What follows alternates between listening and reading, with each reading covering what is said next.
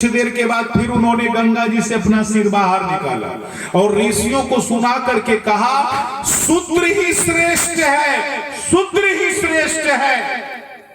सारे ऋषि एक दूसरे से मुंह देखने लगे, ये इन्होंने क्या कह दिया, और वो तो डुबकी लगा लिए।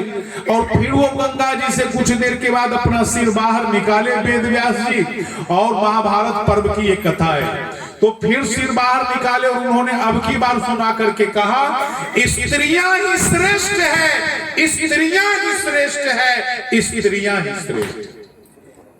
फिर सारे ऋषि कहते ये क्या कह रहे हैं आज वेद व्यास जी। और जानते हैं जब वो गंगा जी से स्नान करके बाहर निकले तो सारे ऋषियों ने वेद व्यास जी को प्रणाम किया। तो वेद व्यास जी ने भी सभी का अभिवादन स्वीकार किया।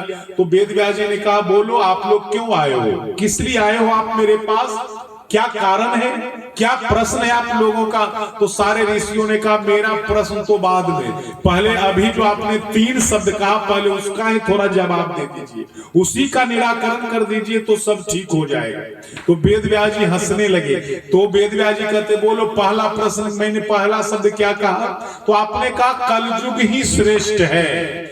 तो वेद व्यास जी ने हंस करके कहा, मैंने इसलिए कलयुग को श्रेष्ठ कहा, सतयुग नहीं, त्रेता नहीं, द्वापर नहीं, इसलिए कलयुग को श्रेष्ठ कहा क्योंकि जो फल सतयुग में 25 वर्ष योग करने से प्राप्त होता था, वही फल त्रेता में 25 साल तप करने से प्राप्त होता था, वही फल द्वापर में 25 साल पूजा करने से प्राप्त होता था।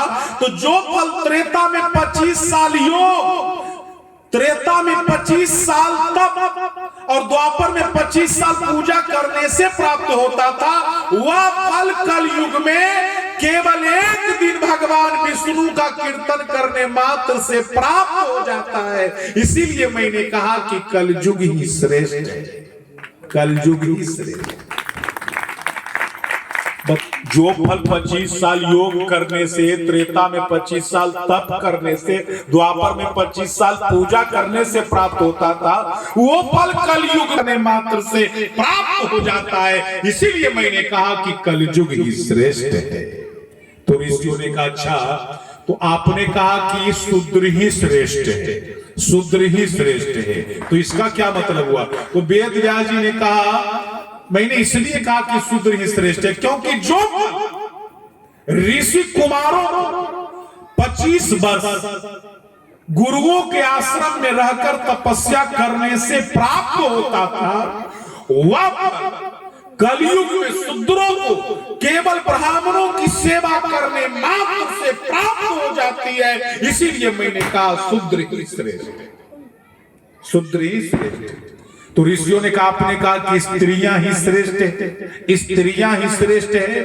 तो वेद व्यास जी हंसने लगे। उन्होंने कहा, जो फल सतयुग में 25 साल योग करने से, त्रेता में 25 साल तप करने से, द्वापर में 25 साल पूजा करने से प्राप्त होता था, वह फल कलयुग में स्त्रियों को केवल पति के चरणों की सेवा करने मात्र से प्राप्त हो जाती है। इसीलिए मैंने कहा स्त्रियां ही श्रेष्ठ है, स्त्रियां ही श्रेष्ठ।